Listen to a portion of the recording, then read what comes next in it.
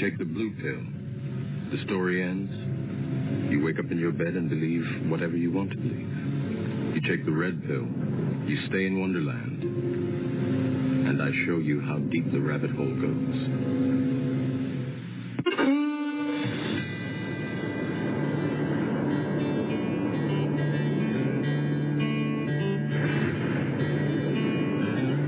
There was a mighty nation, blessed above all of creation. It was a rare and precious pearl, conceived in faith and liberty, home of the brave, land of the free. It was the envy of the world. But this shining city on a hill has turned from the Creator's will and let evil take control. Now the reckless men who lead them want to strip away their freedom and to steal their very soul. Now it's smoke and mirrors, switching bait, criticize and confiscate and let the guilty walk away. In this once righteous, godly nation, in the halls of education, they forbid a child to pray. They say we need to spread the wealth. They pretend to guard the health of the feeble and the poor, while the hand they hold behind their back confuses and conceals the fact that the wolf is at the door. There's an unseen hand. Well, good morning, ladies and gentlemen. Welcome again to Connecting the Dots with Dan Happel. Today we have a program that is going to be really quite fantastic. We have a gentleman online right now, Dr. Dennis Cuddy, who is a true scholar and expert in the New World Order and the political elite. And he really understands where all the bodies are buried. Dr. Cuddy has written over 20 books on the subject and has written numerous articles. He's taught at the university level. He's a PhD in history. And Dr. Cuddy is really going to explain to our listeners today just exactly how few people and how they control the world because they have the keys to the castle, as it were. And so with that, Dr. Cuddy, welcome to the show, and thank you for joining us this morning, and thank you for all you've done to try to expose this conspiracy hidden in plain sight. Thank you for having me.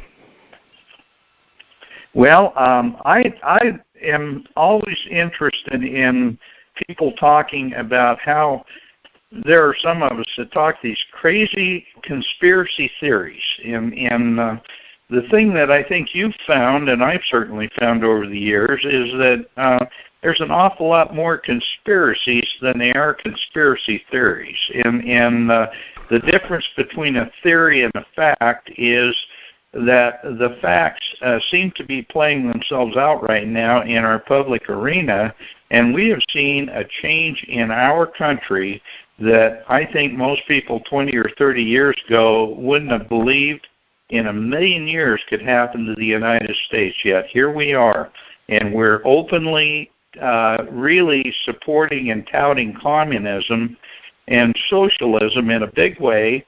And our listeners need to understand this has been a plan that's been going on for a very long time. So, Dr. Cuddy, I want to start this program, first of all, giving you the floor, the microphone, to talk about how this whole process has been going on for a very long time and what the conspiracies really are. Okay, well, to show how clever these people are and how imperceptible are their manipulations of the public, I'll start with just a general statement and then give a contemporary example. In 1928, a man named Edward Bernays, who had been in psychological warfare, and his wife on the Allied American side in the First World War, He was hired by William Paley, who was a member of the Council on Foreign Relations, as Paley was just beginning CBS, Columbia Broadcasting System. And Paley hired him to be his chief advisor, but simultaneously, the same year, this individual, Bernays, had published a book called Propaganda. And he said many things, and I quote people like him in sort of a chronological fashion so the individual readers of my books or articles can see step by step how this proceeded. He says, and I'm paraphrasing here, he said, we now have the scientific means to manipulate you, the public, without you even knowing about it. And he was absolutely correct, and I'll give an example, well, maybe a couple of examples. Bernays in the 1930s was hired by Lucky Strike cigarettes, and they had a pack of cigarettes, a white pack with a red bullseye. And what they wanted to do was introduce menthol, a white pack with a green bullseye. So they hired Bernays, and Bernays went to the garment district of New York and paid them to make red and green the fashion for the next year. Sure enough, Lucky Strike menthol went over very, very, very well, because the public was conditioned by popular fashion. There was a psychological association going on. Well, later, the plan, you might say, okay, that's an isolated incident, isn't that interesting? But it's far more vast than that, because it wasn't just an individual, and Bernays was known as the father of public opinion. It involved education, schooling, values. To show you how that happened, John Dewey, who was known as the father of progressive education, had been in Chicago, but he switched over to Columbia University. Dewey was not just a public education figure. He had belonged to the what is now called the League for Industrial Democracy, but formerly the Intercollegiate Socialist Society. So you'll see how socialism pervades all of this conspiracy. And Dewey then switched over to Columbia University and became dominant there. And by the early 1950s, they were graduating maybe half to two-thirds of the superintendents and principals of the 160 largest school systems in the whole country. So that by the early 1960s, they had control of the school systems down to the classroom level, right to the classroom level. And what they were doing was not just, we're here and we're controlling who's going to be made a principal, or then the teachers and so forth and so on. What they were doing was changing the thinking of people like Bernays from the cognitive, that means the basics, reading, writing, math, to the affective domain, social relationships and feelings. Now you say, well, why would they do that? Well, there's a purpose behind it. Because if you think about things, you can figure them out. Most people do. So they wanted to get rid of that. They didn't want people to think so much as have an emotional reaction. That played out in society by the 1980s, where a lot of people from MTV went into commercial advertising. Prior to that, if you recall, if you're old enough, in the 1940s, 50s, 60s, so on, you would have a person appear on television and say, hello, here are the 5 reasons to buy Pepsi-Cola rather than Coca-Cola. They were appealing to your intelligence, your ability to think. But when the people from MTV went into commercial advertising beginning in the 80s, they put on the television ads which simply showed young people happy drinking Pepsi. And so the people of the time would say, oh, I want to be happy and young too, so I'll drink Pepsi. See, an emotional association. Now, why would they want to do that? Because it's very hard to control a public or a person who thinks, who actually thinks. It's much easier to control people who are emotionally guided, simply making an emotional reaction to something. What happens is, Orwell in the late 1940s had a book out called, it was called 1984, and in there, Big Brother was the controlling person. His agent was a fellow named O'Brien, and the hero was named Winston. And O'Brien would torture Winston. And Winston would say, we will never succumb to Big Brother. And O'Brien said a couple of things. I mean, he said a lot of things, but a couple of things which I want to point out. He said, first of all, you're going to come to love Big Brother. You will love Big Brother. And secondly, he said, well, what if we quicken the tempo of human life? Now, you think of those two things and say, oh, yeah, okay, so what? So you'll come to love Big Brother. To show you how that specific thing from the 1940s is controlling today, I'll ask you a question. What do you think would happen if I went to a mall and had a bunch of people and said, I'd like to ask you a question. Suppose I were to take away your computer, your credit card, and your cell phone. The people say, no, don't do that. We love our computer, our credit card, and our cell phone. Well, those are Big Brother's mechanisms for knowing everything about you. They know what you buy in the store with your credit card. They know who you talk to with a cell phone because, I mean, how do you think the message goes up to a satellite and comes down again? Who runs the satellite? Who has access to the satellite? And the computer, they can tell, you know, what you like, what you don't like, what kind of news you're getting into and all that. So they have vast files already on every single one of us by hacking into a whatever you want to call credit card, computer, cell phone. Controlling those three things gives them a portfolio about you, nearly everything about you they already have because of that. And you will come to love that. See, you don't want to, no, don't take them away. Don't take them. We love it. We've come to love Big Brother. Now, the second thing, they quicken the tempo of human life, applies to what I was just saying about this emotional reaction.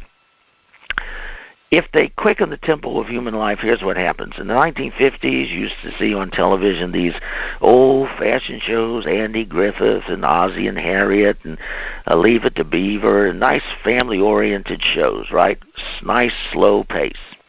You would see people on the Today Show in the morning, a popular show with Dave Garroway, and he would be talking about like this. He would say, hello, people, the weather today is, or in the news today, Senator so at that pace, see, just that pace. But now, if you go out and talk or listen to these millennials, there's a group of 4 or 5, and they're talking simultaneously and very fast, very fast. That's part of the quickening tempo of human life. When you do that, when you quicken the tempo of human life, when you go, let's say, from an easy listening, crooner types of music of the 30s and 40s, you know, very romantic, if you were the only girl, like that, and you go into the rock and roll and then rock in the 60s, it becomes fractious and quick, you know, and they keep saying, they start in the 60s, it's the beat, we love the beat. And so you quicken that tempo, and teenagers would go to these concerts and actually get high on the adrenaline rush that was being created. That's why they would go in massive numbers, you know, it was giving them a rush, sort of a high, you know, as if they were on some type of drug, a high. All right, now, when you quicken that tempo of human life, you literally force people not to think. They don't have time to think. You would hear mothers starting in the 60s saying, oh, I'm so busy. I have to pick up Johnny at ball practice. I have to get Susie at ballet. I have to go to the grocery store. I have to get my hair done. Quick, quick, quick, quick, quick. You would rarely hear that earlier in the laid-back, easy-going, they used to call the Eisenhower era the sort of gentle era of the nation. So you quicken them like that. And when you quicken them like that, what happens is they are forced to make emotional reactions. They don't have time. They just don't have time to think. Now, to show you how far back this goes, it goes back at least to Alice in Wonderland. And you said, what? Alice in Wonderland? Lewis Carroll? The mid-1800s? If you carefully look at that book, these people use symbolism. In that book, you had certain figures which represented certain aspects of a powerful group of people. Tweedledee and Tweedledum. They were supposed to be representing politicians who you couldn't tell anything different about them. They were both alike, like Republican and Democrat. They were just Tweedledee and Tweedledum. And then what you would have is the Red Queen and Alice, they're running. And Alice all of a sudden says, phew, I'm tired. But it looks like we haven't gotten anywhere. They're just standing still. And the Red Queen says, Alice, you have to run twice as fast just to stay where you are. Now that, if you think about it, that has tremendous meaning to that one simple phrase. So what happens is when you quicken the tempo of human life, going through the last part of the 1900s, the 20th century, you force people to not think but simply make emotional reactions. Now what does that make them? What that makes them is more like the primitive people, early people, more animalistic. That's what primitive people used to be like. They would have an immediate emotional reaction, fear, hunger, anger, like that, just like animals. That's the way animals react, fear, hunger, anger. The fox looking for the rabbit isn't sitting around thinking, now let's see, if next Tuesday I go over by that rock, there might be a rabbit. And he's not thinking about, what Granddad did. Now let's see, what did Granddaddy do? Did he teach me something about, they don't think. They have simple emotional reaction. So in that way, the powerful people, I call them the power elite, make us more primitive and controllable and animalistic. And when you get a population like that, you can persuade them to do a whole lot of things. Now, what I'll skip to next is relative to that. 2 days ago, I had a letter to the editor in the Washington Post. And it was about this Alabama abortion decision. They passed a law in Alabama, and similar ones in Georgia, in Missouri, and so forth, really attacking Roe versus Wade from 1973 in the Supreme Court. And I got into a lot of different aspects and the moral aspects and so forth. But I'm really going to talk not so much about the rightness or wrongness as what I was reacting to. I was reacting to an article by a Megan McArdle who had appeared earlier in the Post talking about this idea of settled law. Well, this is just settled law, and Roe versus Wade is settled law, so forget about it. Just leave it alone. You can't do anything. It's settled. It's over. Well, the people who are pronouncing those things, basically they're either fooling themselves or they're a pack of liars. Because I'm telling you right now today, they would not consider the Dred Scott decision of the 1850 settled law. They would not consider Plessy versus Ferguson, which said separate but equal in the 1890s. And they would not say that Buck versus Bell in the 1920s was settled law. So they really don't believe in settled law themselves. It's just something for their own purposes. So where did this come from? Well, actually, it comes far, far back, but we'll just start around the time of the American Revolution. At the time of the American Revolution, you had a period just before that when we were debating whether to declare our independence or not. And so, as you know, July of 1776, we had the Declaration of Independence. But before that, just several months before that, you had the not coincidental founding of the Illuminati. The Illuminati. That was on May 1st of 1776. May 1st, not by accident. This is the May Day that the communists always celebrate, the Soviets and others celebrate. And I personally don't think it was an accident because these people are very bright and they know in advance what's going to happen. So they knew we were about to declare our independence. Now, what was the Illuminati? The Illuminati was founded by, I guess you'd call him a renegade Jesuit priest, Adam Weishaupt. And he is supposed to have just founded this group, and it did some, dastardly things and so forth and so on. I don't think so. He had too quickly a vast array of really powerful and intelligent people in his group. And he didn't have airplanes or cell phones. I don't think this guy just happened to have this. I think they had been building this network for some time. This was very, very well planned, the Illuminati. Now, what did they do? They operated and were trying to gain basically control of the world at the time. And then in about 1883, and if any of you want some further details about them, I have a 9-part series on the internet on the Illuminati. So you would just type in Dennis Cuddy and the Illuminati, and the 9-part series will tell you in detail all about them and what they were up to. But briefly, they were discovered by the Bavarian secret police, and they weren't captured and put in jail. They just dispersed. And you say, well, that's the end of that. Weishaupt, his group was found out. That's the end. No. Weishaupt said, I have prepared for this. I have prepared for being found. And here's my plan. he dispersed them all through Europe and then over to the U.S. and Russia and so forth. What he did was the people going westward went to Paris. They became known as the Parisian Outlaws League. They infiltrated Masonic lodges, and they fomented the French Revolution. I have a document from the early 1790s, and that's why when Dan was talking about conspiracy theory and so forth, I try not to deal in conspiracy theories. I actually have documents to prove what I'm saying. So I have an early 1790s document by the Marquis de Luchet from France. It's in French. I can understand French.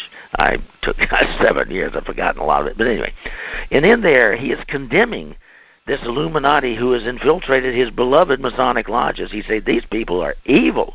They're going to try to take over the world. And basically he was right. He was absolutely right. And what they would do is they would foment the French Revolution. Now, the French Revolution's watchwords are liberté, égalité, fraternité. Sounds like ours, liberty, equality, and brotherhood, like that. But it was far, far different from our values. Our values in Declaration of Independence were based on the Bible, biblical values. The father of the Constitution was James Madison. And he literally tried to implant in there a lot of the teachings of Reverend Witherspoon, who was his teacher, Reverend Witherspoon. Very, very biblical values inserted into our constitutional system. On the other hand, the French, by liberté, they meant license. They didn't mean liberty like we know it, freedom like we have under the Bible. We have freedom according to biblical values. He meant license.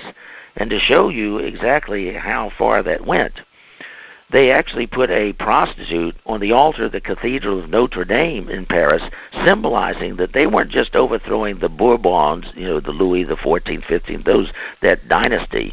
They were overthrowing God. No God was going to tell them what to do. The slogan was, do what thou wilt. Do whatever you want. And to show you how that applies to abortion, for example, that I started with, one of the people involved there was the Marquis de Sade. The Marquis de Sade, from which the word sadist comes, a sadist. And he wrote a book called Philosophie dans le boudoir, the philosophy in the bedroom. And he said, go and have an abortion. Do whatever you want. Lie, rape, kill, steal, babies, whoever. Do whatever you want. And so the French Revolution was very, very bloody, very bloody. And the second phase was even more bloody than the first. There were certain people involved in the first part of the French Revolution thinking, well, we're going to overthrow these nasty kings and all who have this attitude. You may have heard the phrase from Marie Antoinette, let them eat cake. Actually, she didn't really say that. But the attitude of royalty was, well, we're up here and the peasants are just, tough luck. They're down there. So what happened was they fomented the French Revolution, and people like the Marquis de Lafayette and people like Citizen Genet, they were always called citizens, once the revolution started, citizen this and citizen that, because they're supposed to be equal, like I said, égalité, equality, they're supposed to be equal, although they really weren't equal. So what happened was the Marquis de Lafayette and Citizen Genet were two people I want to use as an example. Citizen Genet was connected with the Illuminati, and he was first sent to Russia. Well, the Russians aren't stupid. They found out what he was up to, having all these revolutions all over the place. And so they kicked him out. So where did he come first? He came after that into the port of Charleston, worked his way up through the Carolinas into Pennsylvania, and fomented the Whiskey Rebellion. You may remember that from your high school days, the Whiskey Rebellion in Pennsylvania, Citizen Genet, and so on. And he called what he was doing the result of his democratic societies. See, the U.S. liked democratic things, democratic societies. However, as an example of how I get documents to prove what I'm saying, I asked the Librarian of Congress, his name at the time I asked was James Billington, and I said, Dr. Billington, would you do something for me? He said, okay, what? I said, you have a rare document there, just one of a kind, and it's under a glass cover. It's so rare. I said, would you please get that out and make a copy of it for me? And he did. He was very, very kind about that. And so what I did was, you look at that document, And in there, the title of the thing by John Wood in 1802 is the Clintonian faction. Clinton meaning DeWitt Clinton was the governor of New York. The Clintonian faction of the Colombian Illuminati. And so in there, Wood had placed the oath of these democratic societies, like the one with Citizen Genet that had fomented the Whiskey Rebellion, and I laid it down right next to the original Bavarian Illuminati oath, and they were identical. So that proves that Genet was connected with the Illuminati and trying to foment these revolutions, but did not want to be known as Illuminati, but simply a nice democratic society. Well, you had a difference of opinion between Thomas Jefferson and George Washington. Jefferson had followed Benjamin Franklin as our emissary to France. Jefferson was sort of fond, and he got into the swing of things with the early part of the French Revolution, thinking it was similar to ours. It turned out not to be. So he actually had defended Adam Weishaupt. He said, oh, he's a good guy, he's just a philanthropist, no problem. But Washington knew differently. And I have a 1798 letter from George Washington to a Reverend Snyder. Reverend Snyder has asked him, he said, Mr. President, did you know the Illuminati's here? And Washington's response is, absolutely. I know they're here. And I am very, very concerned about it. So when Thomas Jefferson came back, he became George Washington's Secretary of State. And Washington was like, just fed up with these people and these democratic society revolutions. We actually almost lost our country. Most people don't know that. Even before Washington, D.C. was built. You remember our capitals before Washington had been New York and Philadelphia. Well, when Jefferson comes back, John Adams writes him and says, listen, Thomas, you don't know this, but we almost lost the country before it actually even began practically, because there was one of these democratic societies, 10,000 members, 10,000 people had surrounded the president's residence in Philadelphia, going to overthrow the government, even before it, really got started well, even before Washington, D.C. was built. He said, Thomas, these people are bad. You better stop defending all of this, the French Revolution types. And so what happened was Washington sent word to his Secretary of State, Jefferson. He said, Thomas, get this guy out of here. You're the Secretary of State. You tell him he's got to leave this country. We're not going to put up with any of these shenanigans again. And so Thomas reluctantly wrote a letter to his friend, Citizen Genet, saying, you'll have to leave. The president says you got to leave. So what do you think happened? Did he leave? Nope. He wrote a letter back to Jefferson. He said, Thomas, you're the one who initiated me into these mysteries. You're the one who did this. So you have to understand there's more than meets the eye to some of these people in our past. So anyway, I'll cut this sort of short because I want to go into the communist aspect of it. Citizen Genet was clever. He said, please don't send me back to France because this is the second phase and they're going to guillotine me and everything else. So cleverly he went up to New York and married DeWitt Clinton's daughter. So he was allowed to stay because he had married into the leading family of New York. All right, so what happens with the French Revolution? Well, the Illuminati spreads all over the place secretly. One of the Illuminist names was Pestalozzi. He was a Swiss Illuminist, and his works started being used in the U.S. in education in 1806. 1806, that far back. And so what happened is the father of American public education was Horace Mann, and in Massachusetts. And so Horace Mann, by the 1820s, had become a devotee of this guy Pestalozzi, an Illuminati member whose code name was Alfred. They all had these code names this and that and so forth. The leader, Weishaupt's code name was Spartacus. So anyway, so in education, Horace Mann, the father of American public education, became a devotee of his. And later on, I'm skipping far, far forward, into the 1870s, the first laboratory school in the world was by a Wilhelm Wundt, W-U-N-D-T, in Leipzig in 1879. Well, Wundt's grandfather had been a member of the original Illuminati, codename Raphael. Now, why am I telling you about this Wundt guy? because his first American PhD, coming out of Leipzig in 1879, actually it was 2 or 3 years later, in 1882, was a G. Stanley Hall. Well, who's he? G. Stanley Hall, when he got his PhD, came back to Johns Hopkins, and guess who he mentored? John Dewey. So you have this flow of events and people going right back to the Illuminati. Well, what's all this got to do with communism? Well, what happened was the Parisian Outlaws League morphed into something called the League of the Just. Now, the League of the Just are the people who funded Karl Marx to write his Communist Manifesto with Friedrich Engels in 1848, and right after that you had a revolution, all over the place in Europe, all over the place.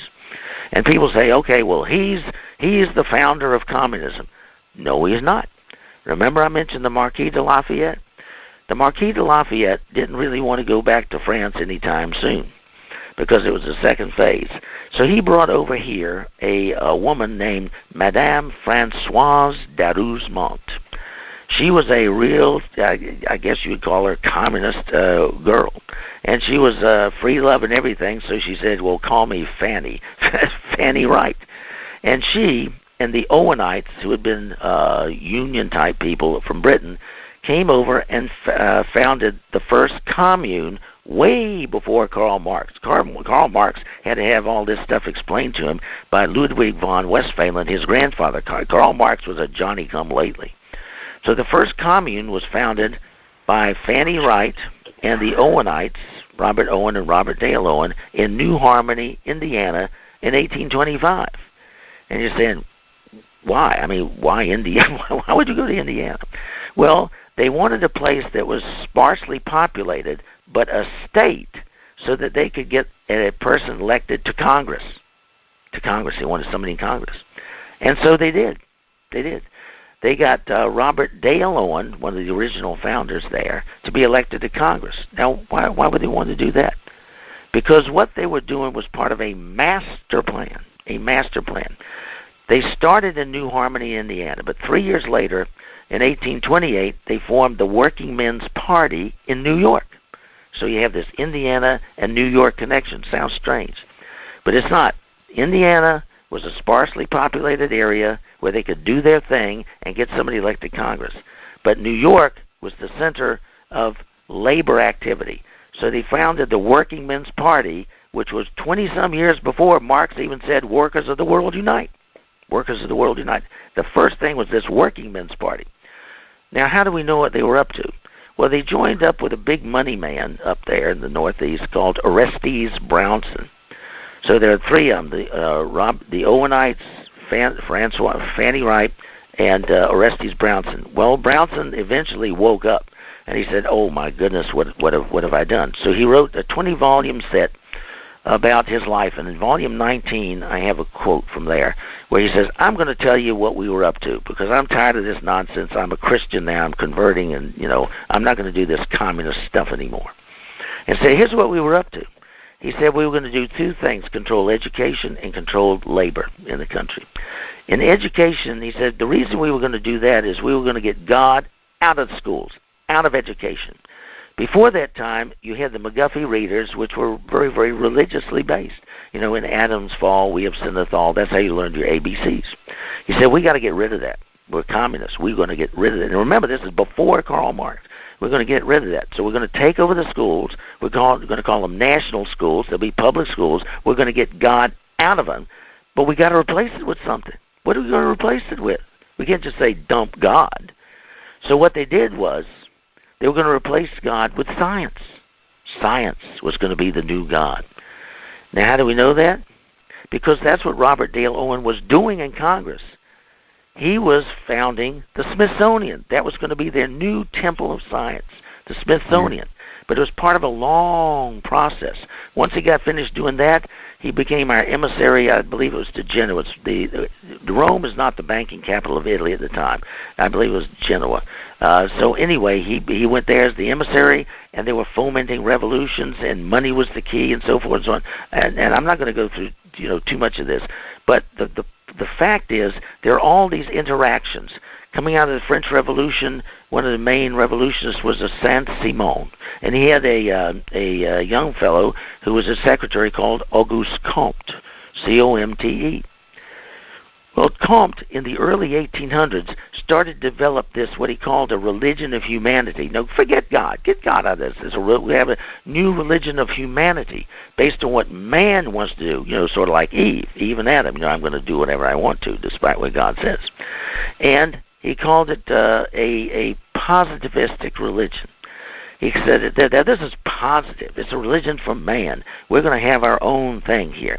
And we're going to, forget about God. And it hooked up then with the evolutionists, Herbert Spencer, and then Darwin, and so forth and so on, which were actually a bunch of racists. If you look at the Darwin really wrote The Origin of the Species, 1859, and then Descent of Man in 1871. And the end of one of those titles is "And Favored Races."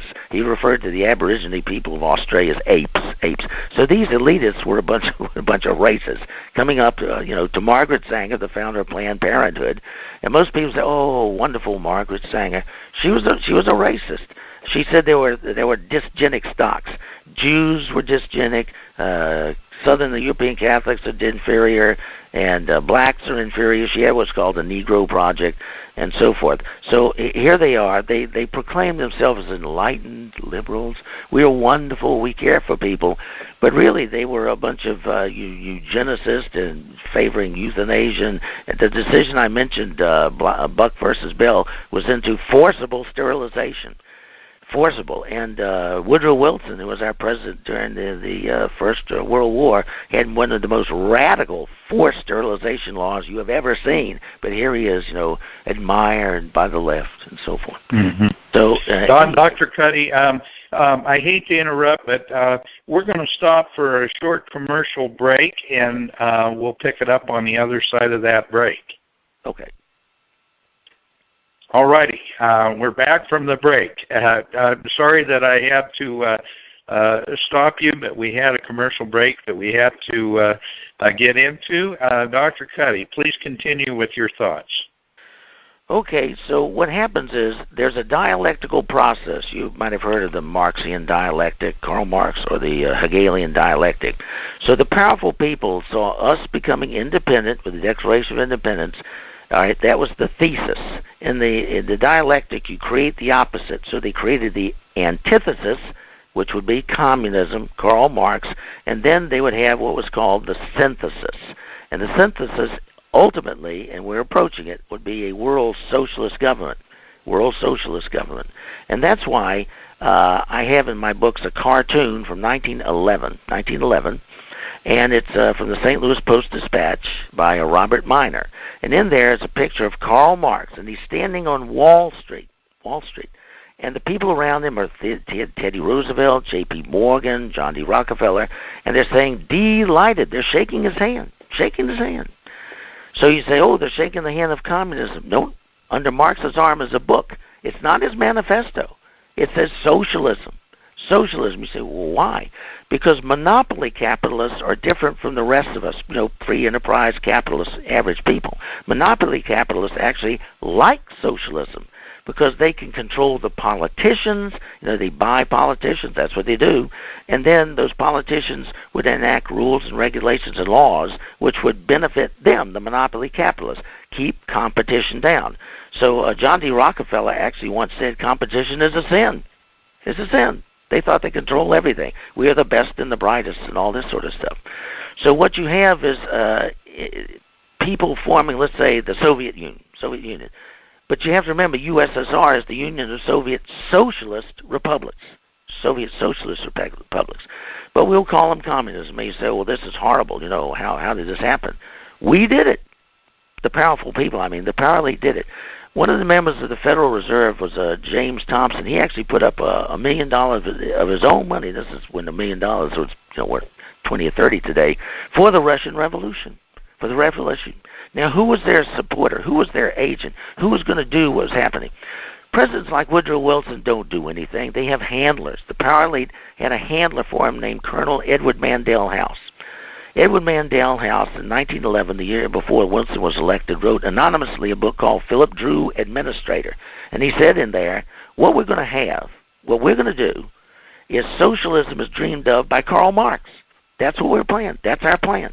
Karl Marx is socialism. That's what we're going to have. And so later in the first administration of Wilson, you had Mr. Lane, I think he was Secretary of the Interior, said everything in that book is coming to pass under Woodrow Wilson, the Wilson administration. Bernard Baruch was a big money guy at the time. He had led Woodrow Wilson up the steps like a puppy dog, this is a quote, like a puppy dog, to meet his handlers. And after he met his handlers, and they told him, this is what you're going to do, Woodrow, when you get in there, you know. Hey, they laughed as he left, and they said, let's see how our other candidate's doing, by whom they meant Teddy Roosevelt. They wanted to get Teddy Roosevelt in there to split the vote with President Taft so Wilson would be elected president. Now, to show you how one person can control the entire century, I have a page from the diary of Colonel House. I don't think it's ever been published. And in that diary, he says, you know, they've had the Russian Revolution. We like this. We like the revolution. We want it. It's part of our plan. And he says, but Wilson, my boss, and Clemenceau of France and Orlando of Italy, they're becoming concerned about these communists and their revolutionary ways. He said, they think they want to put him down. He said, House, I told him, no, can't do it, too far along. And his next paragraph, he says, but I knew we really could have. Just a battalion could have put him down. Now, if that guy hadn't lied, think about it. There would have been no Stalin, no Communist Chinese Revolution, no Korean War, no Vietnam War, no Vladimir Putin, none of this of the century. This guy, House, is largely responsible for the carnage of the entire 20th century. And he was the agent of these power elite people. And so we did have a Communist Chinese Revolution. Why? Well, because in 1931, Dmitry Manuelsky was a communist theoretician, and he's addressing the Comintern. And he says, in 50 years or so, we're going to have the most impressive peace offensive the world has ever seen. And he said, the West, stupid and decadent, will fall for it. So who shows up 50 years later? Right, almost right on the dot? Gorbachev. Gorbachev previously had been called, the evil empire. But remember, in the 1980s, he became our buddy. Oh, the people would greet him at the dots, Gorby, like that. I was in the U.S. Department of Education at the time, and I was infuriated because Secretary of State Schultz actually invited these people over here for what was called the Soviet-American Exchange Agreement. We had communists in this country actually helping us write our curriculum for our students in our schools. That happened under Reagan. The scenario was promoted, it's from long, long ago. And you say, well, how did this happen? I mean, how do these people do this? They do this by getting key people in place. When I was in Washington, we had a term, a phrase that was personnel is policy. So who was around at these times? People like Henry Kissinger were around. Zbigniew Brzezinski were around. Zbigniew Brzezinski was the advisor largely for Democrats like Jimmy Carter and Obama and so forth. Kissinger was for Republicans like Richard Nixon and so forth. So what do these people do? Well, Brzezinski is very instrumental in Barack Obama's plan. Barack Obama didn't happen. Barack Obama was planned. Bill Clinton was planned. Bill Clinton is a Rhodes Scholar. That is part of Cecil Rhodes' plan from the late 1800s. I have the original membership of his secret Society of the Elect, as he said, quote, to take the government of the whole world. I have the original membership list from that time. But let's stick to the communist sort of aspect of it. Zbigniew Brzezinski was a young professor, and he wrote a book called Toward Two Ages. I think I got that title. Between Two Ages. And in there, in 1970, he's praising Marxism. I praise Marxism. David Rockefeller liked that. He picked up Brzezinski as the first director of his Trilaterals Commission, and then he made him the National Security Advisor for Jimmy Carter. That's how Jimmy Carter was controlled, by somebody who loved Marxism. So what happened? In 1980, President Reagan defeats him, and what does Brzezinski do? He goes to Columbia University. What do you say, what's that got to do with Barack Obama? Barack Obama, as a young person, his mother was in Kansas. There was a man, his last name was Johnson, I think the word Frank Johnson. He was a communist in Kansas. The family, Ann Dunham, Barack Obama's mother, moved from there to Seattle. Johnson moves to Seattle. He's a self-professed communist. And later he writes in his book about having sex with a woman named Ann. Then the Dunham family moves to Hawaii. Johnson moves to Hawaii. Remember, the man's a communist. Supposedly, Barack Obama, the senior, gets married, has a child, and then he disappeared. But Johnson's still there. And when Barack Obama, the president, writes his book, he refers to this guy, Johnson, as Papa, Papa, Papa, Papa, like that. So this communist, this self-avowed communist, is training up this little Barack Obama who would become president. And so what happens is they send him to Occidental College in California. Now, that's one of those interesting colleges, because when I was in the Reagan administration, my boss was the chairman of a council who was also the president of Occidental College. He once came up to me and said, "Dennis, let me know if there's something you want me to do for you." So Barack Obama stayed there for only a short time. They were watching him, seeing, what is he up to, what's he like, and so forth and so on. What's he like? And then they send him to Columbia. Why Columbia? That's where Brzezinski is, the one who loves Marxism. And what happens? They took a survey when Barack Obama became a person running for president, and they interviewed the 400-some members of his graduating major. None of them could remember him even attending class. None of them. However, they did remember he spent a lot of time with Brzezinski. That's because that's where he was receiving his marching orders for when he became president. And so what they do is they get people, they watch them very, very, very young. And they, watch them as they come up. They watch Bill Clinton. Bill Clinton is a Southern Baptist. But he went to Georgetown, a Jesuit institution, a Catholic Jesuit. Why? Why? Two people did that. Professor Carroll Quigley loved these powerful people, the power elite. He wrote a book called Tragedy and Hope. His tragedy, he says, was that the American people ran the country. He said, this is bad. This is bad. The hope is that these powerful people behind the scenes should run the country, as they do. They let him look at their secret records, that's what they called them, in the early 1960s. He loved them. So he's the professor. So what happened? John Foster Dulles, our Secretary of State under Eisenhower, he had a son named Avery Dulles. He became a Catholic and rose very quickly to the position of cardinal, and he was at Georgetown. Those two saw to it that Bill Clinton got a Rhodes Scholarship. But if you remember Bill Clinton, he was a womanizer, pothead, and all that stuff. So when he took a side trip, like Brzezinski had Obama take a side trip to Pakistan, when he took a side trip to Moscow, now remember, this is in the late 60s, early 70s, when it's the evil empire, they had to keep an eye on him. So guess who was over there? A priest named Father McSorley, from Georgetown, keeping an eye on this guy, because he was, who knows what he was doing with Russian women and, whatever. So they pick these young people, they watch them through the years very carefully to be sure that they're in line, like whether it's Clinton, whether it's Obama, whatever. And to show you what the outcome is, like a world government, Strobe Talbot was the Rhodes Scholar roommate of Bill Clinton at Oxford. In 1992, when Clinton's running for president, Strobe Talbot, who became number 2 at the State Department, wrote an article in Time magazine in which he said, perhaps national sovereignty is not such a great idea after all, and the case for world government is clinched. I have a letter, and I put it in some of my books, signed by Bill Clinton. Most people don't have any idea about this letter, and it's signed by Bill Clinton. Strobe Talbot got an award for that from the World Federalist Association, whose sole purpose is for a world federal government. And in a federal government, you don't tell Washington what to do. Washington tells us what to do. So in a world government, we're not going to tell the world government what to do. They're going to tell us what to do. And in that letter, Clinton says, that's a great thing you've given Strobe. He's very deserving of it. One of your previous presidents, Norman Cousins, worked for world government. And then Clinton closes the letters by saying, best wishes for future success.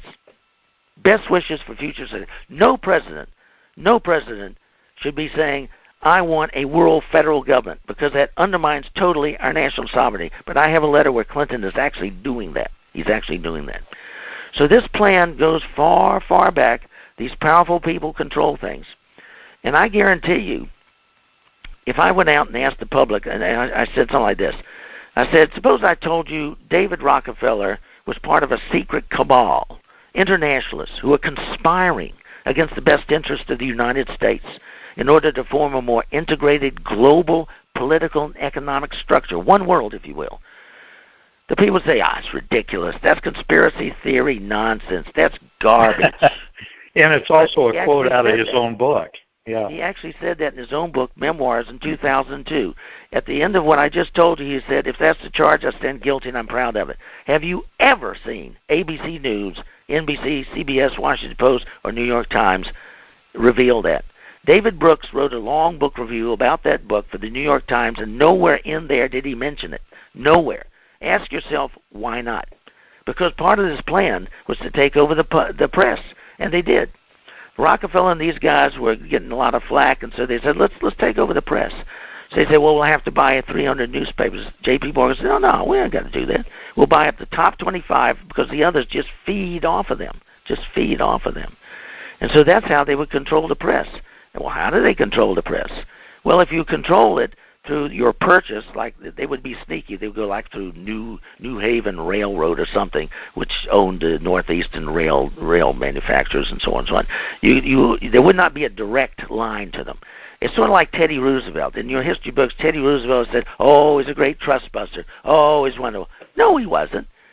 All he did was disperse Standard Oil. So now you had Standard Oil of Ohio, of California, whatever. It became a multi-headed hydra, and they had interlocking directorates.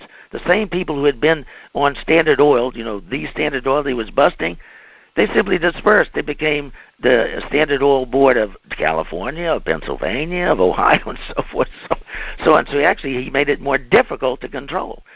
So, there's this image that we have of people which is, totally ridiculous. What happened everybody praises Franklin Roosevelt. Oh, he praises Franklin Roosevelt. Roosevelt was saying, some of my best friends are communists. Some of my best friends. Harry Hopkins was in charge of the Lend-Lease program. He actually gave information on nuclear activities to the Russians, the Soviet Union, as part of our peace initiative. And we actually called Stalin Uncle Joe the communist.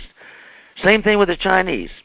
General Marshall, great general. He was a member of the IPS, the Pacific, in the IPS, Pacific Society. He was a far leftist. He deliberately, and I have a document where he deliberately disarmed the nationalist Chinese so the communist Chinese could win in 1949. In 1949, they wanted that to happen. They wanted it to happen. Why? Well, if you're going to have the greatest peace offensive the world has ever seen in 1980s with Gorbachev, you have to have an enemy to replace him. Okay? So they created the Communist Chinese Revolution. I have a picture of the eight people at the origin, the young Mao Zedong, of the Communist Chinese Revolution. 7 of them are young Chinese. One is an old guy with white hair, and he's British. He was the money guy. He's the money guy. He flows out of that Cecil Rhodes, that would manage, because by money they control nations and individuals all around the world. And what they would say is, get them in debt, get them in debt. Look at our debt. What is our debt now? It's like 20-some trillion. It used to be very little, but 20 trillion. That's how you control the people. That's how you control them. Whether it's England, us, China, whoever it is. All of these people. And that's why most of our presidents are puppets. They're puppets. I have a letter signed by Franklin Roosevelt, and he's just had a talk with Jack Morgan, J.P. Morgan Jr., and he's writing to that guy, Colonel House, I mentioned. He said, listen, House, this is a quote, as you and I know, a financial element in our larger centers has owned, not just influenced, owned our government ever since the days of Andrew Jackson. Ever since the days of Andrew Jackson. Mm-hmm. And so this goes on and on and on. I think our time's running out, isn't it? We're getting close, Dr. Cuddy, and I want to, boy, this is a fascinating discussion. I hope we can get you back on, because I know that you've got some family obligations you've got to leave for, but I'd love to get you back on. I'd like to, if at the end, if we have time, to just mention my mother's situation. Yes, please do. And thank you for being our guest in advance. I want to say that. Thank you for being our guest. It's been a fascinating hour, and frankly, like I told you earlier, with your information, this could go on for a day, and we'd just scratch the surface. So please go ahead and, first of all, tell our listeners a little bit about some of the different writings and books that you've done so that that we can pluck those. And then if you would like to speak a little bit about your mother and her situation. Okay, thank you very much. I've had over 20 books, as Dan said, published. They sell out very quickly, but you can still get them very cheaply, used copies on Amazon.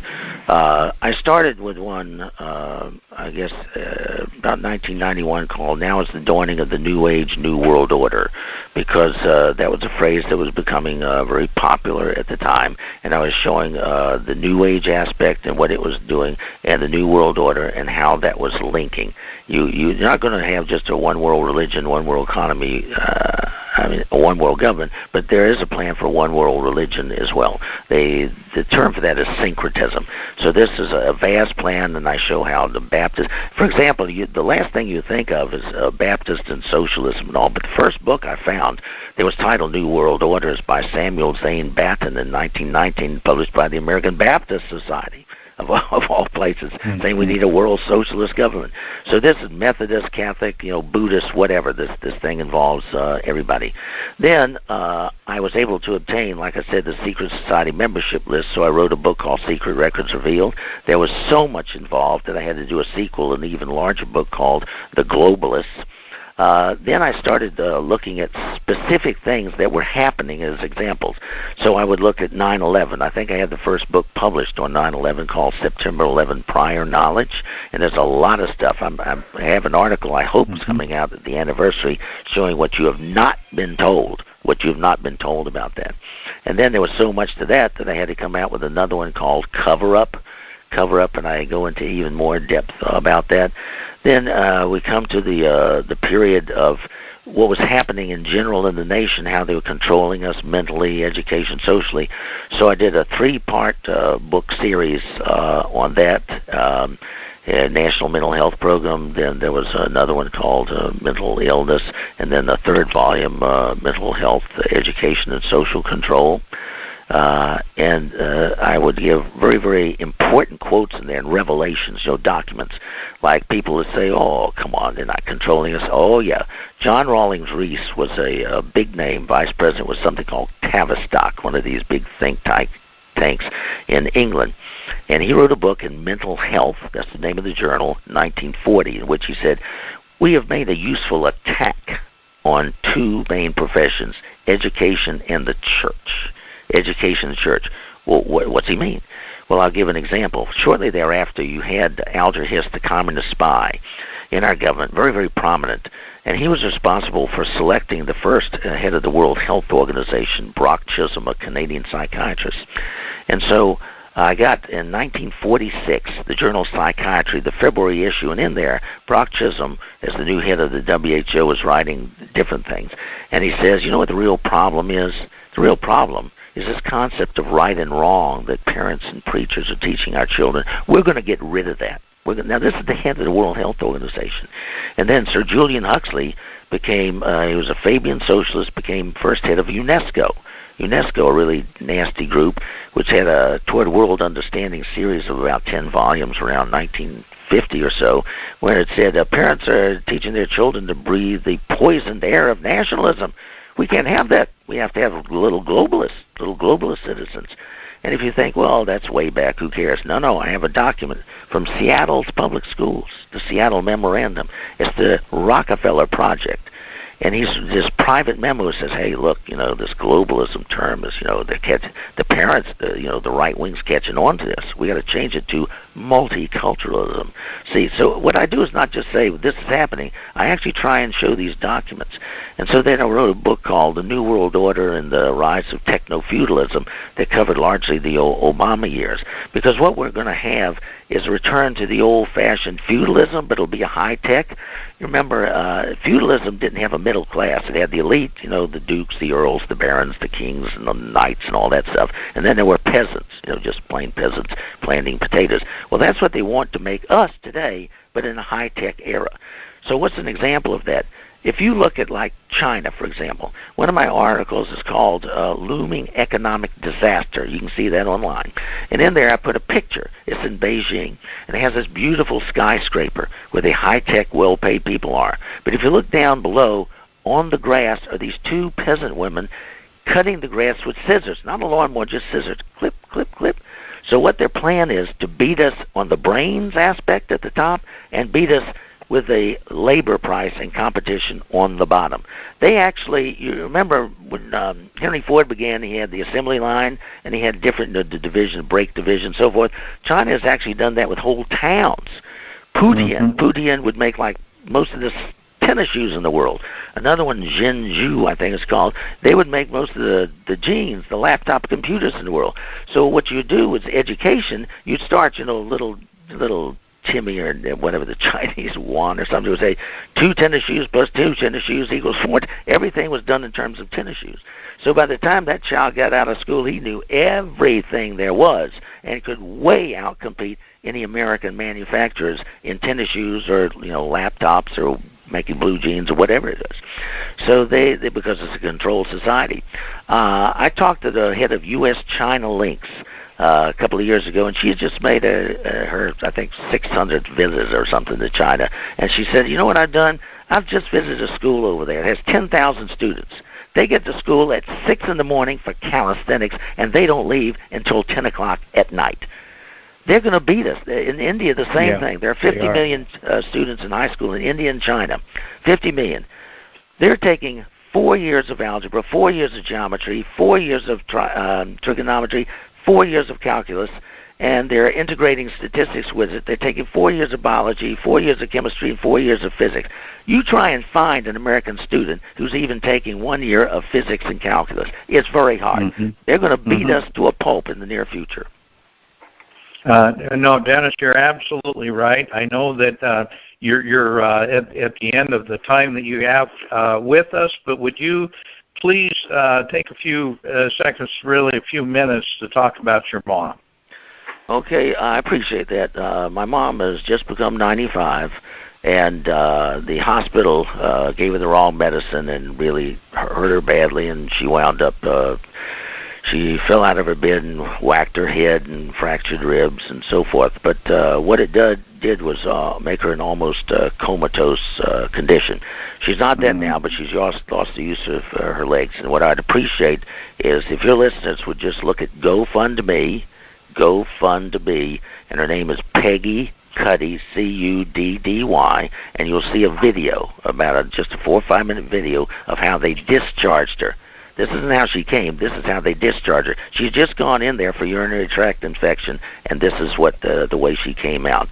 And it's been horrible. It's been very, very costly over the past 4 years since that's happened.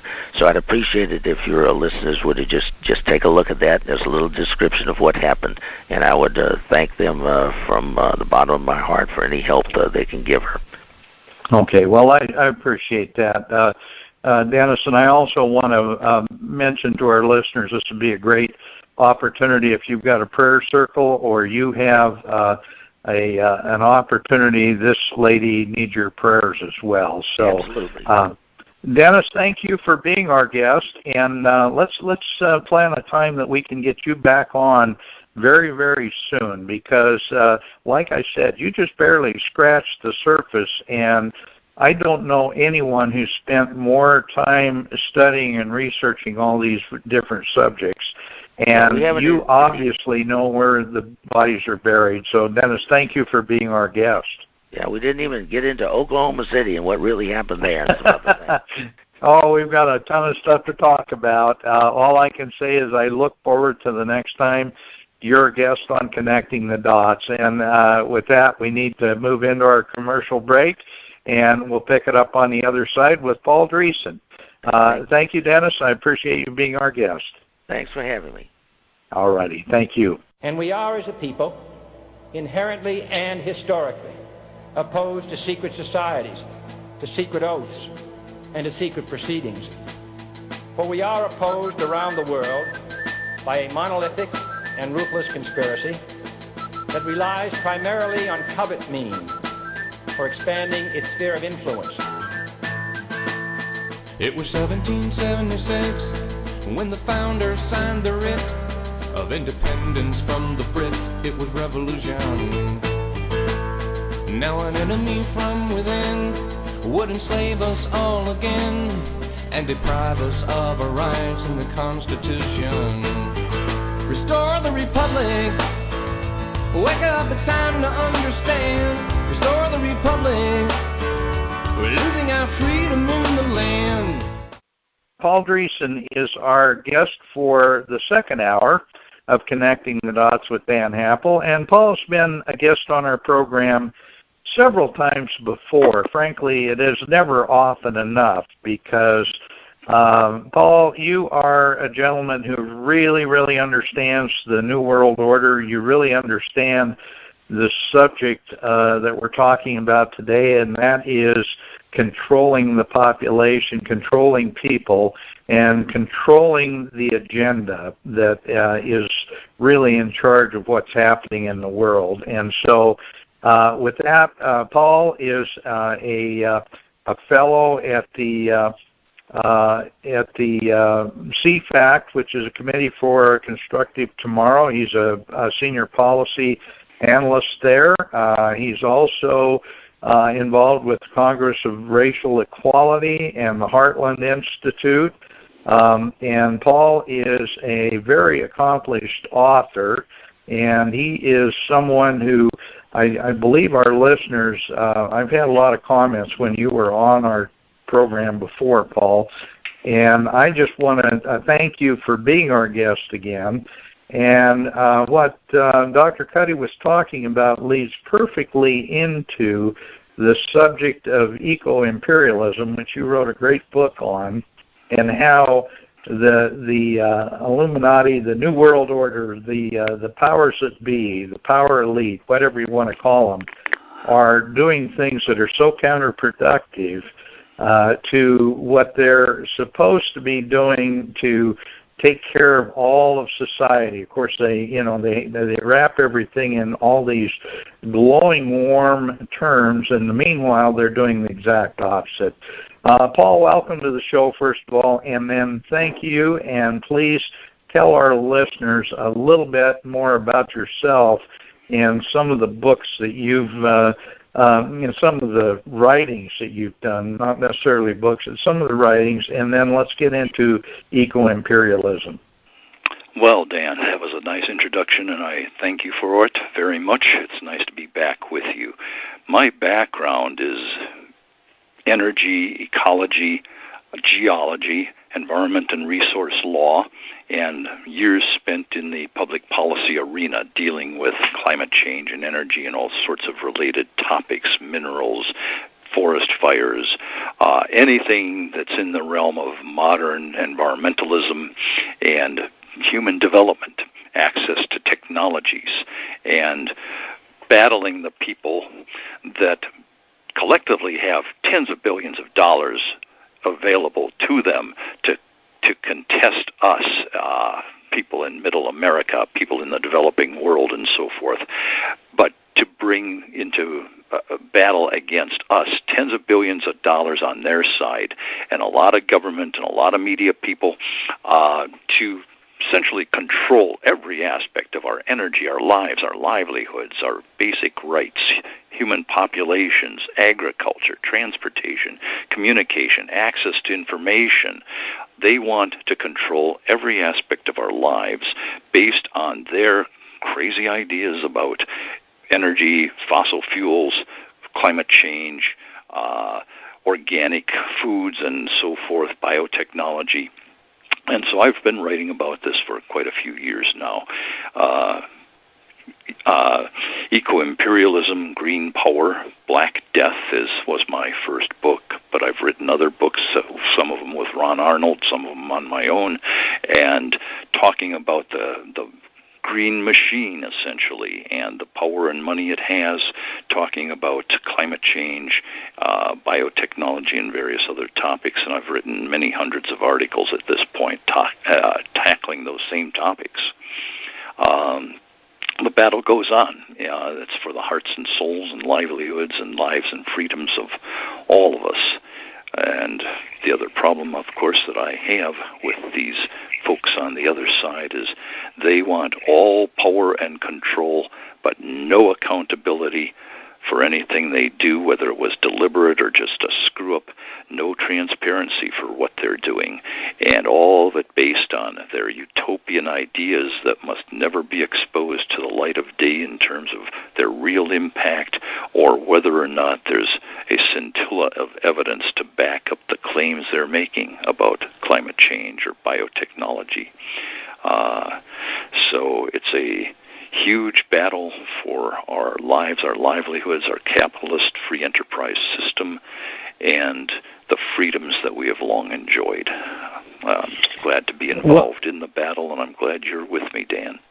Well, very definitely, Paul. And I have to go back to the Club of Rome and limits of growth, and that book outlined how the power elite, the Club of Rome, spent several meetings trying to decide just exactly how they were going to present a problem that would unite the world, unite the citizens of the world in a way that they could control the dialogue, could control the press, could control the whole let's say the whole movement. And they looked at a number of options, and they landed squarely on environmentalism and the fact that man was destroying the planet and that man was destroying the environment. And that's I wouldn't right say in their fact own right. That, Dan. Don't use that word. The claim that man is destroying the planet. Right, exactly. Careful in your words there. Yeah. Well, yeah, it definitely was not a fact. But that's the way they presented it. And yes, that was kind of where the environmental movement, and if, doing a kind of a follow-up on what Dr. Cuddy was talking about, Richard Nixon created the Environmental Protection Agency, which was the first step in that. And then we started creating things like the Federal Policy Land Management Act and endangered species, and all that started to happen in a big way after the Club of Rome came out with the decision on the environment, that would be the uniting force that they would use to take control, literally, of all the countries around the world under a globalist plan. So I know you're going to speak on that, and I just kind of wanted to pull that element in. So let's go from there, because you know where all the bodies are buried as well. Well, I don't know where all of them are buried, but I know where some of them are. Yeah, you make an excellent point there. Club of Rome is a starting point for a lot of this. We have met the enemy, and they is us, as Pogo said. We humans are the enemy for the planet, for wildlife, and so forth, and those on the left have the solutions. So their first real boogeyman was resource depletion. We are exhausting the world's supplies of oil and gas and metals and so forth, and you've seen over the years how false that is. Fracking unleashed all kinds of new energy supplies. Our human ingenuity, above all, is what's responsible for where we are now and where we go in the future. And if human ingenuity is shackled, we're not going to go very far. And that's part of the goal of all of this, too. So their second approach, besides, was just overall pollution.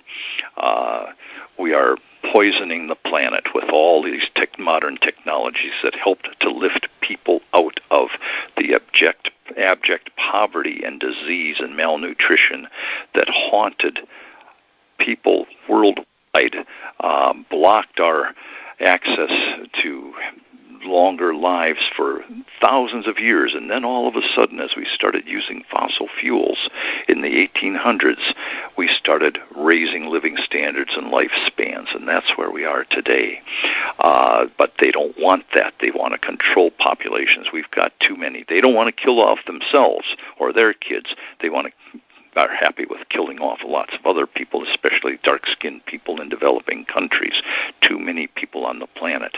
So their third topic was, of course, climate change, the claim that we have we are now, with our fossil fuel emissions, threatening the very survival of civilization and planet. And they hoist up all sorts of arguments and claims that have no basis in real-world evidence. The real world outside our windows does not comport with the computer models and headlines that we're hearing all the time. So what they're trying to do is make the real world, reform it to make it, at least the perception of the real world, make it fit their description of it. The other thing that we have to keep in mind is that even organizations that began with really good purposes, and EPA was basically an effort to pull together various federal agencies that already existed and put them under one roof to address the serious pollution problems we had back in the 60s and early 70s. And we fixed them, and we have cleaner air and water than maybe ever before in this country, longer lives than ever before. But now EPA and a lot of other federal agencies have been taken over by this mindset that we can have zero pollution, that we can't have any use of fossil fuels and so forth. And it's not just EPA. It's a lot of other federal agencies, but it's also the World Bank, which began as an effort to make loans to developing countries and improve their living standards. The Food and Agricultural Organization, the UN, the USAID, Agency for International Development, they've all been taken over by this anti-development, anti-people, climate change, anti-modern farming methods mentality. And that's where we are today, with tremendously negative effects on us here in the United States, but especially people who are still the most impoverished, malnourished, power-deprived people on the planet. And we need to address that.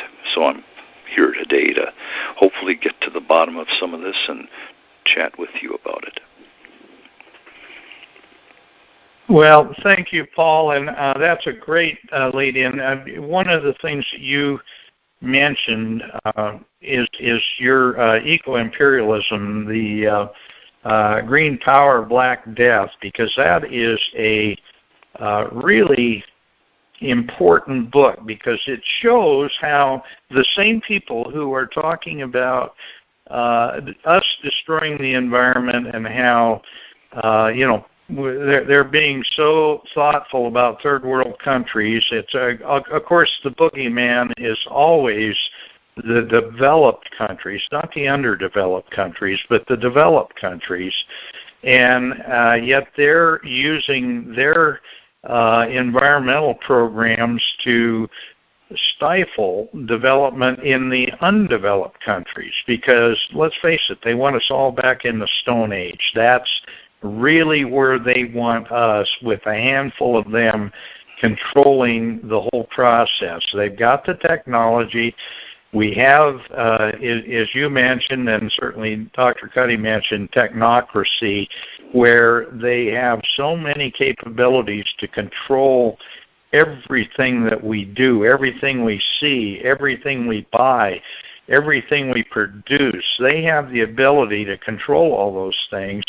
And isn't that exactly what they plan to do? Oh, it absolutely is. They want to control us and send us back to an earlier living standard, but not them. There is a big dichotomy there. They really, I think, believe they were put on the planet because they have more wisdom and more skill sets, and the reason they're here is to control everybody else's lives and make the world a utopia. That was kind of the old idea of Soviet and fascist and other ideologies of the 20th century. You have to break a few eggs to make an omelet, and I have not seen any omelets so far, but I've seen tens and hundreds of millions of people slaughtered, starved to death, imprisoned in gulags, and dying very slow, unnatural deaths in the name of some of these ideologies. And environmentalism has basically taken over from fascism and communism. red on the inside, green on the outside, like a watermelon. Let me give you just one quick example here. If you're looking outside of South Africa, the sub-Saharan nations, on an annual basis, the average family, the average individual has 1.4% of the average American's electricity. That means that in an average year, those people in sub-Saharan Africa have electricity about 123 hours per year, or 2.5 hours a week, 20 minutes a day, and they never know when they're going to have it or if they're going to have it. And yet they are being told by the World Bank, USAID, the Sierra Club, Greenpeace, Democrat politicians, a lot of other folks, that they should improve their lives, yes, but only a little bit, only at the margins, and only to the extent that it's possible by using wind and solar and biotechnology. And other than that, they're going to be stuck where they are. Their agriculture should improve, but only to the extent they can use organic methods, not even tractors, not insecticides to control insects, not modern fertilizers to improve the output, not modern seeds, but go back literally decades, in hundreds of years, or stay where they are with traditional organic agriculture. And you know what that means. It means the subsistence agriculture that they've used for millennia and keeps them on the margins, keeps them malnourished. Their kids die young, and they're stuck in that. And this is all put in the terms of protecting the environment, protecting the planet from the ravages of capitalism and modern agriculture, modern energy, modern living standards. I mean, it's a sick, perverse morality that is being foisted on all of us, but especially on the poorest and most energy-deprived people on the planet. I find it absolutely reprehensible, and it leads to huge amounts of eco-manslaughter. No better word for it, I don't think.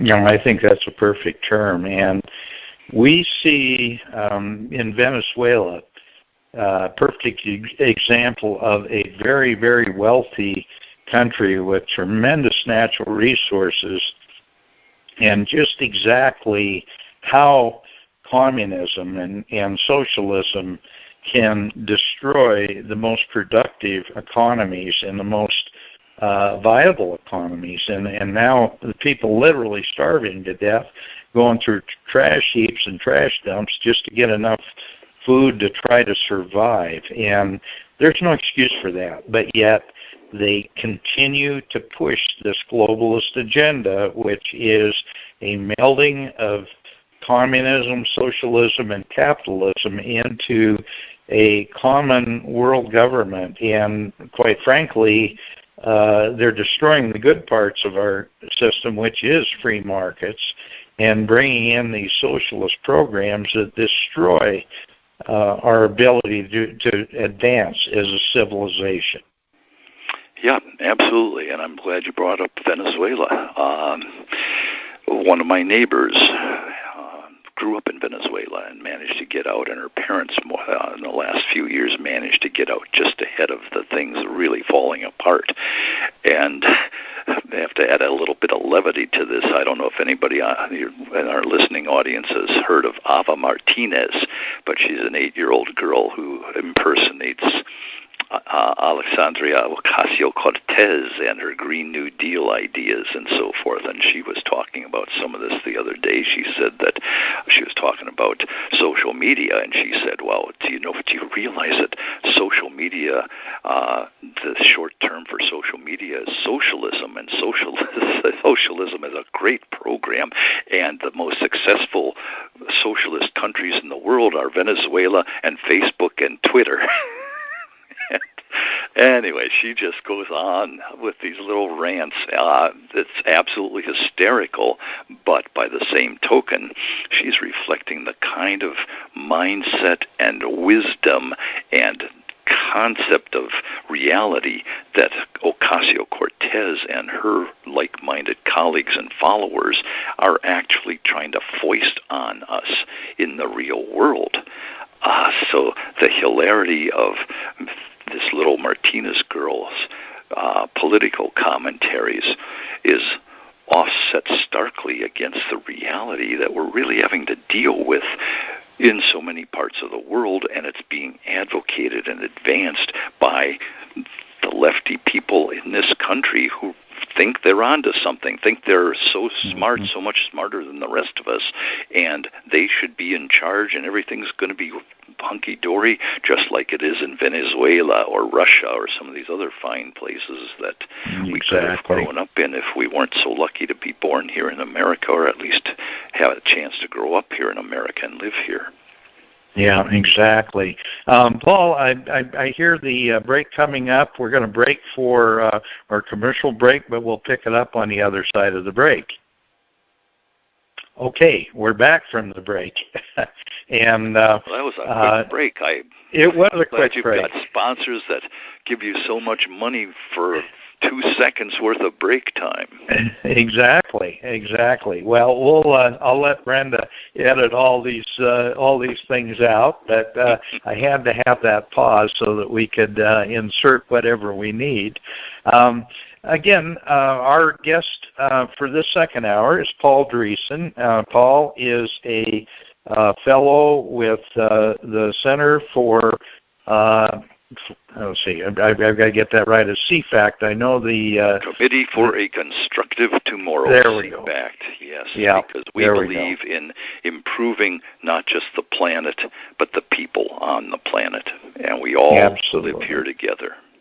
Yeah, absolutely. And I have to tell you, you were talking about the young girl that impersonates Alexandria Cortez, and I have to say that one of the things that pops out to me is how they refuse to talk about all the losses, all the things that are happening that are in a very negative way. And I've got a good friend by the name of Harry Buyens. He's been a guest on our radio show a number of times.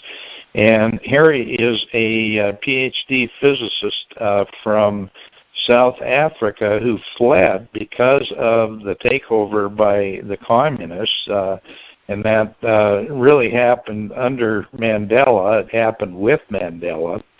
But now the country of South Africa has gone from, at one time they were, I believe, number 13 in the world in the biggest economies in the world, and now they're very rapidly becoming a real true third world country, because they've been destroying the white middle class in that country. They're certainly destroying the agriculture in that country, which was at one time, like Rhodesia, the breadbasket of the world. So obviously communism is a very, very failed experiment. And I'm going to ask you, Paul, why do you think they keep wanting to try to reinvent the wheel?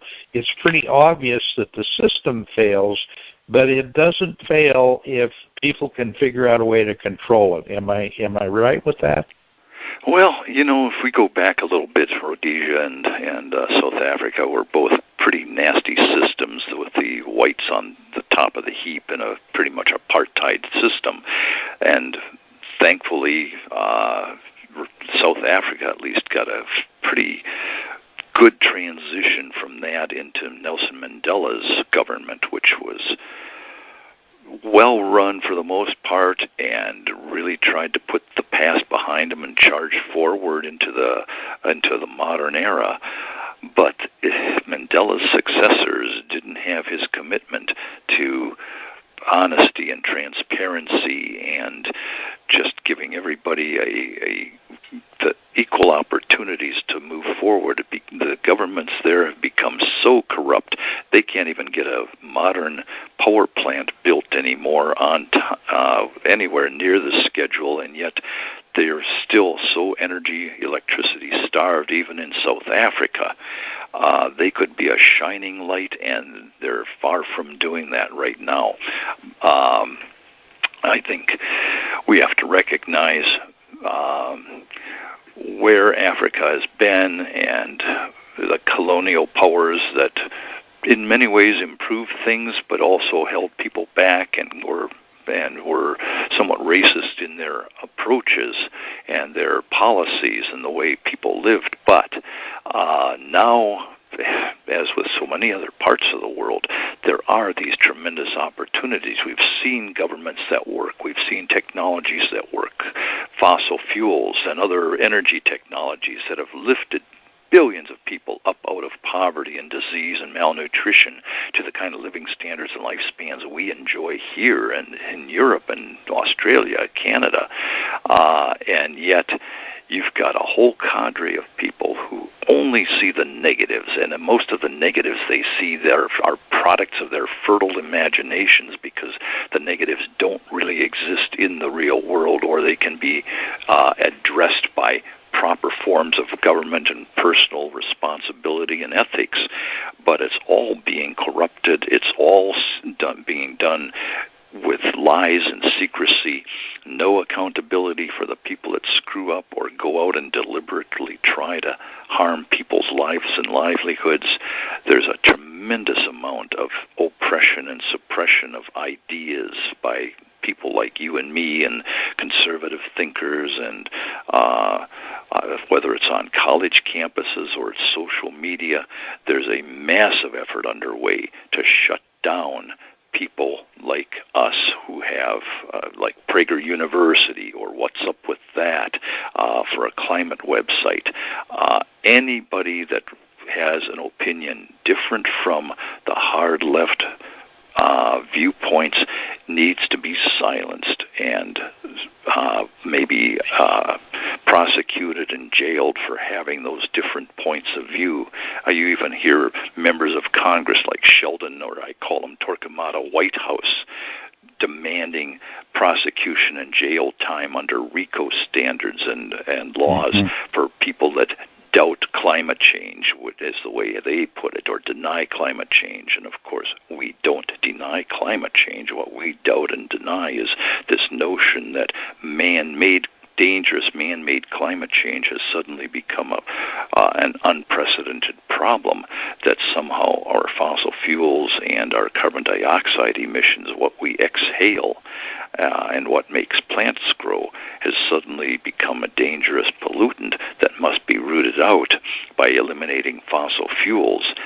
And anybody that challenges that kind of thinking should be prosecuted and jailed. That's where we're going with so much of this. And it's bad enough that our living standards might be rolled back a decade or 2 or 3, but for them to then apply those same attitudes and policies and perverse moralities on the poorest people on the planet, and again tell them you're allowed to improve your lives, but only a tiny bit, and only without fossil fuels. And otherwise, you're going to be kept right where you are in your place. The Africans are no longer going to tolerate that, nor will the Asians, and nor should we.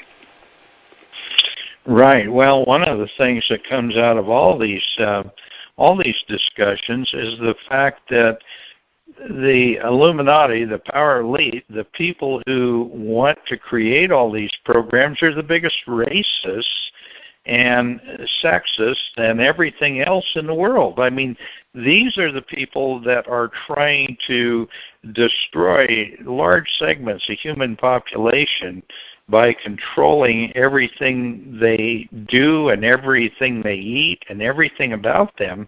And I guarantee you that they, in their own writings, Margaret Sanger was a perfect example. Dr. Cuddy brought that out early. She was a tremendous racist, and she was a eugenicist.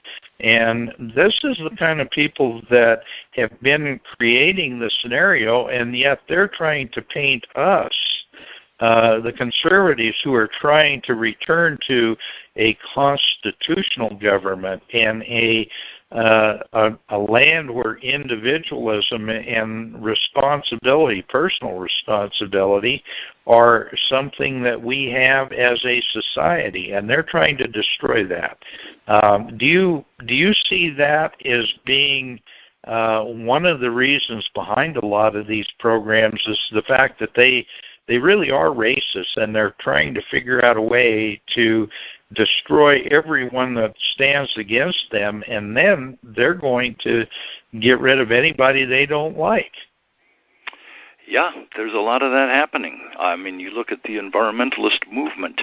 It has become a movement of rich, privileged, urban, campus-oriented white people. You don't see all that many black people or Hispanics in the movement, or Asians. And when you look at the policies that they are pushing, they have their most imperialistic, carbon colonialistic, eco-manslaughtering impacts on the poorest people on the planet. If you want to go past Margaret Sanger and her own racism, take one more step and you look at the Nazis, Hitler and Goering and the rest of that lot. They were some of the first proponents of environmentalism and vegetarianism, controlling the environment, protecting the environment. Goering once sent a guy to a concentration camp because he'd used a live frog as bait, and Goering was appalled by that kind of practice, and yet he was fine with sending millions of people to those concentration camps and wiping them out. Hitler was a vegetarian. Goering was. A lot of those guys were, in their own sick minds, saviors of the planet and getting rid of the undesirable elements on the planet. For them, it was the Slavs, the Jews, the Gypsies, the mentally impaired, physically impaired people that they wanted to get rid of. And for the environmentalists, they don't have any problem at all with the millions of deaths they cause every year by denying people access to fossil fuel energy, nuclear energy, hydroelectric energy, insecticides to control diseases and improve crop production, denying them access to biotechnology crops or to modern fertilizers. The net result is millions of dead people, especially children, and they don't have a problem with that. They certainly don't want to talk about it. They certainly hide it, but bottom line is they believe in Paul Ehrlich and that whole lot who claimed we were facing massive famines and overpopulation because we couldn't grow enough food, and these people, the poor black people on the planet, poor Hispanics and Asians, there were too many of them anyway. As Environmental Defense Fund's chief scientist Charles Worster said at one point, we have too many people on the planet, and banning DDT is as good a way to get rid of some of them as anything. That's what we're talking about. That's what we're dealing with. And for them to have been able to turn this whole concept of ethics and morality and free enterprise capitalism and the creative innovations that have brought us cell phones and modern biotechnology and modern crops and erosion control, water technology like the Israeli desalination system. Somehow those things are all bad, and what they're espousing that ends up killing people is somehow saving the planet and therefore good. It's just sick. I don't know. It is sick. How you turn it around, but we got to be battling this and confronting them with their poisonous views and their sexist and racist policies, their perverse moralities. We have to take them head on. Don't let them get away with this stuff anymore. We do, and we have to recognize that communism and National Socialism is where most of the environmental movements started. I mean, the Nazis, you mentioned Goering and Hitler, the fact that the first really organized environmental movement by a national government was the National Socialists, the Nazis. And they were really in touch with this environmentalism, and they used their controlled society system as a way to promote their environmentalism. And, you know, we hear from groups like ISIS and, you know, we radical Islam and groups like that say one thing truthfully, and that is that the systems behind the American Green Movement are really anti-humanist, and I've heard that comment by a number of people. This is a perfect example of it. Yeah, it absolutely is.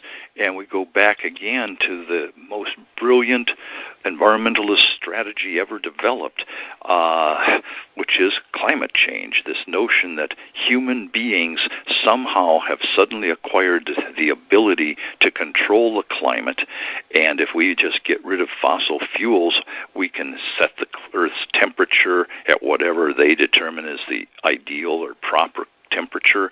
We can end storms and famines and droughts and other problems just by controlling how much carbon dioxide goes into the atmosphere. I mean, they always talk about greenhouse gases, but carbon dioxide is the really big one, and yet CO2 is 0.04% of the Earth's atmosphere, a trivial amount. This idea that all of a sudden it has become the thermostat for planetary temperatures and weather events is just insane. And when you look at the predictions that they foist on us from their computer models, those are completely out of whack with reality outside the window. For example, the models are predicting right now that we should be having average planetary temperatures a full degree Fahrenheit above what we're actually measuring. So their models are off by an entire degree already, and the margin between prediction and reality is increasing every single year. Tornadoes, we had a lot more tornadoes, violent F3 to F5 tornadoes from 1950 to 1985 than we've had in the 30-plus years since then. Last year, we didn't have a single F3 to F5 tornado touchdown here in the United States. Hurricanes, we had a 12-year drought with not a single Category 3 to 5 hurricane hitting the United States. That had never happened before. The previous record was 9 years set back in the 1860s.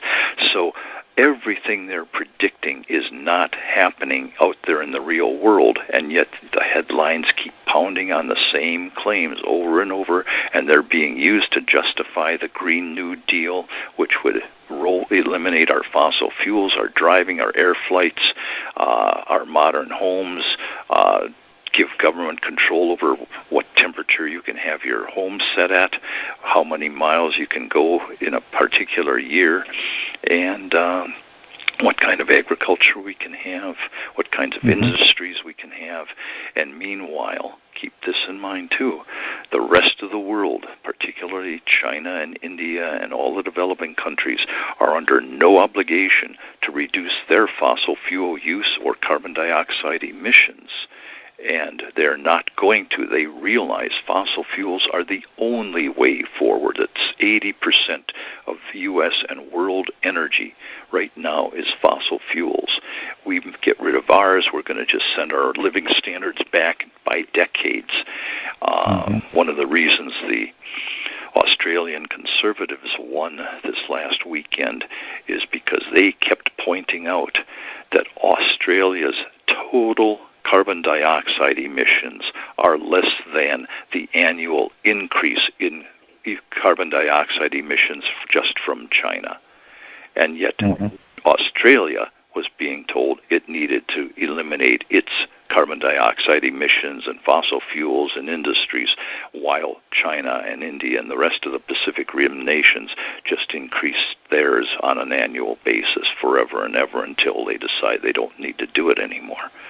So this whole system that we're facing is anti-people, anti-industry, anti-modern living standards, with no concern at all for the lives and livelihoods that will be lost in the process.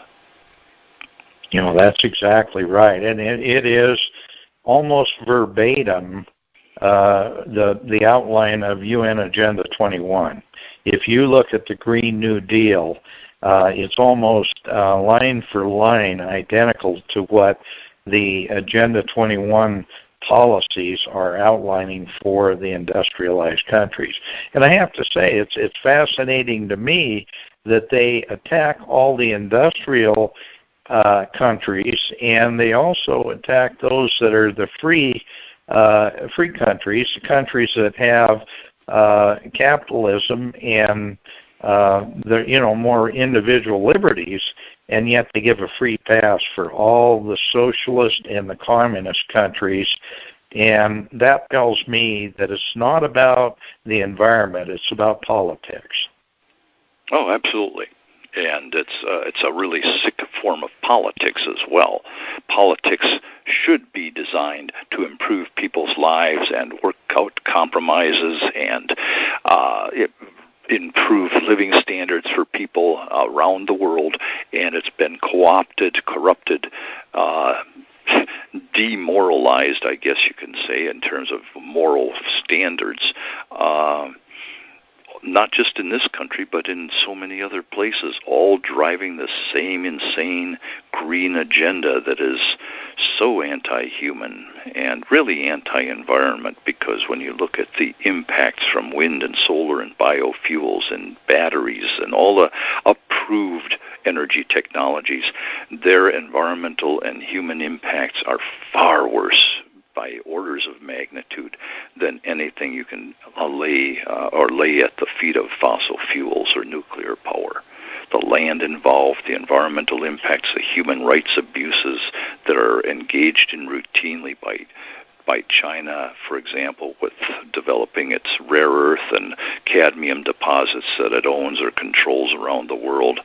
Child labor is rampant in those places. There are no labor or safety or environmental or health standards associated with any of their operations, and yet, again, they get a free pass on all that, whereas a modern American or Canadian company gets raked over the coals for any environmental impacts they cause. So the whole operation that we're dealing with is incredibly perverse, immoral, unethical, and yet rarely do you hear anybody challenging them on that. No, that's right.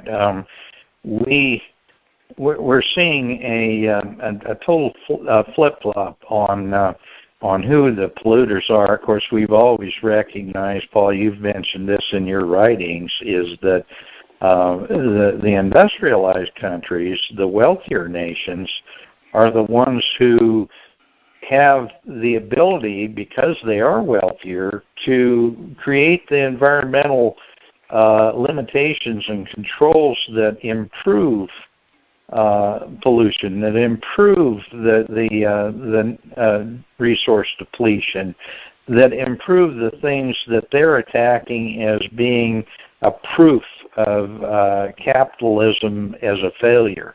And yet those communist countries, I know right now, communist China is far and away the largest polluter in the world. And I read recently that their carbon footprint is double what the United States is, and yet we're expected to go to zero. Yeah, and let me bring out another point on this. They always like to talk about the carbon footprint. They're not talking about carbon. Carbon is deliberately chosen because it conjures up the idea of carbon, soot, dirt, pollution coming out of, black pollution coming out of smokestacks and stuff. What they're talking about is burning carbon-based fuels and generating not just energy, but carbon dioxide in the process. So they're not talking about a carbon footprint, they're talking about a carbon dioxide footprint. And yet, the more carbon dioxide in the atmosphere, the better and faster plants grow. And there is nothing in the real world that ties carbon dioxide into some system that can control the Earth's climate. So we got to go back to what I was saying just a little bit ago about the realities of climate change, where we're not seeing anything catastrophic or unprecedented, or in our extreme weather events, any of those sorts of things, but we're being told that based on garbage in, garbage out computer models and a bunch of headlines and assertions and lies and distortions, exaggerations and fabrications, that we're facing this terrible climate crisis. Therefore, we need to get rid of all those fossil fuels that make our modern lives and living standards possible. Again, this whole thing is just such a circular lie and such a distorted vision of reality, but also based on really distorted, perverse morality that results in so many human impacts and environmental impacts that we're not supposed to talk about either. Right. Well, I know that Bill Nye, the science guy, went on a rant last week about how man was destroying the world, and we were literally, the planet was on fire, and that we were, there was no question about it. There was no denying the fact that our climate is under attack by humans. And in fact, we've had one of the coldest winters in many, many decades. We've right now the tornadoes that we're seeing in Oklahoma and in the Midwest are a result of a major cold front that came through Arizona. I'm in southern Arizona, and we had almost freezing temperatures last night. The high yesterday was 69 degrees, and it's the cold temperatures hitting the warm air that was coming up from the Gulf that causes those tornadoes. It has nothing to do with CO2, but yet they try, the geniuses on the mainstream media try to make a connection with man-caused global warming. Isn't that a fascinating thing? Yeah, it is, and you're absolutely right about what causes those tornadoes. The United States has more tornadoes by far than all the rest of the world combined, and it's because of the Rocky Mountains and the way they channel that cold Arctic air down through where it collides with the warm, moist Gulf of Mexico air. And yet, when you look at, again, the reality, you go back to 1954 to 1985, we were getting 56 F3 to F5 tornadoes per year on average. Since then, we've only been getting 34 F3 to F5 tornadoes on average. So a huge drop, 50% drop in the number of violent tornadoes hitting the United States every year in the last 30 years versus the previous 30 years. And as I said earlier, last year we didn't have one single F3 to F5 violent tornado in the United States. So it's pretty sick when the news media colludes with these deep state scientists, so-called Bill Nye, the fake science guy, and his F-word laced profanity strewn monologue last week, or the politicians that are banking their political futures on all of this crazy stuff.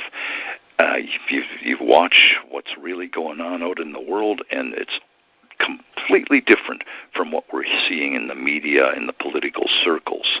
And yet people are being hit with these lies on a steady basis, and a lot of people are believing them because they're repeated so often.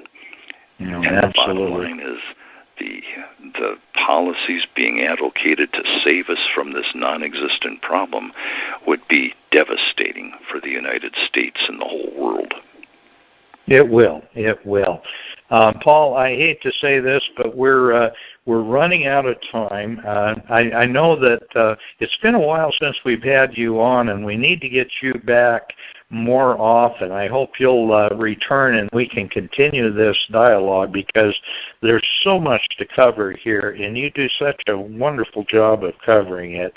Again, I want to thank you for that. Do you have any sites or anything you want to leave our listeners with so that they can find out more about you and the groups that you work with? I certainly do, and I'd recommend 3 places to go to read my things. One is cfact.org, cfact.org. Second one is townhall.com. And the third one is What's Up With That, WATTS, upwiththat.com, which is an incredible website devoted to energy and climate issues, and heavily read by a lot of scientists, so you get some very good feedback on that one that's very well informed. But thanks for giving me this opportunity. I always love being with you and look forward to doing it many more times over the next couple of years. Well, we'll continue with this, because I know that I had Ron Arnold on with someone else here. It's been a while back, and that was just as your book was coming out with Ron Arnold. And I want to see if I can get both of you gentlemen back on together, because I think the expose of where the money flows through the green movement, I mean, it's pretty obvious that the whole plan is about money and control. So, again, Paul, thank you for being our guest today. And with that, I ask our listeners, please join us again next week, and let us help you to connect some more dots. Thank you, and we'll see you next week.